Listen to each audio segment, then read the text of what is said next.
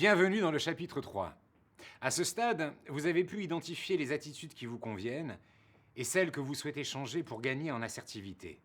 Bravo, c'est un pas vers l'assertivité. Pour autant, et vous l'avez sans doute constaté, ce n'est pas parce qu'on a conscience de ce qu'on aimerait modifier chez nous que cela suffit pour changer. Comment faire différemment? Comment oser dire non?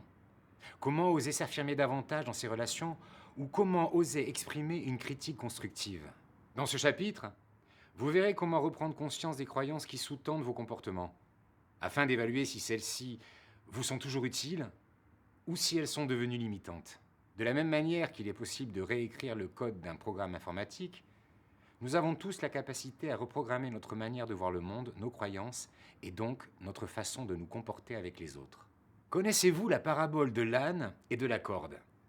Cette histoire, apparemment simple, en dit long sur nos difficultés à changer. C'est l'histoire d'un paysan qui se rend à la ville pour vendre sa récolte au marché. Il s'y rend avec ses 3 ânes, chacun bien chargé. La ville est loin.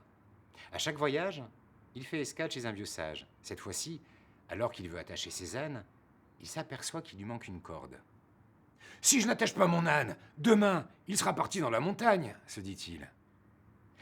Il va demander au vieux sage de lui prêter une corde, mais celui-ci n'en possède pas. Il lui donne le conseil suivant. « Retourne auprès de ton âne. Fais comme chaque jour le geste de lui passer la corde autour du cou et n'oublie pas de feindre de l'attacher à un arbre. » Le paysan retourne donc attacher son âne, comme le lui a conseillé le vieil homme. Le lendemain, dès son réveil, il se précipite pour voir son âne et a la joie de constater qu'il est toujours là.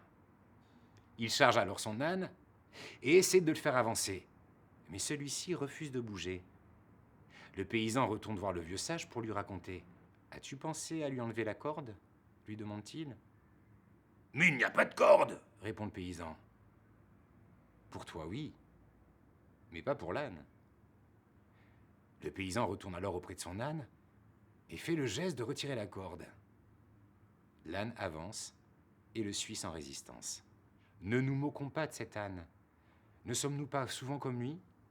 Ce qui a donné naissance à une croyance peut bien disparaître. La croyance, elle, demeure. Nous vous souhaitons que ce chapitre vous aide à redécouvrir vos modes de fonctionnement et à reconsidérer certaines croyances qui aujourd'hui pour vous n'ont plus lieu d'être. C'est une nouvelle étape indispensable sur le chemin de l'assertivité.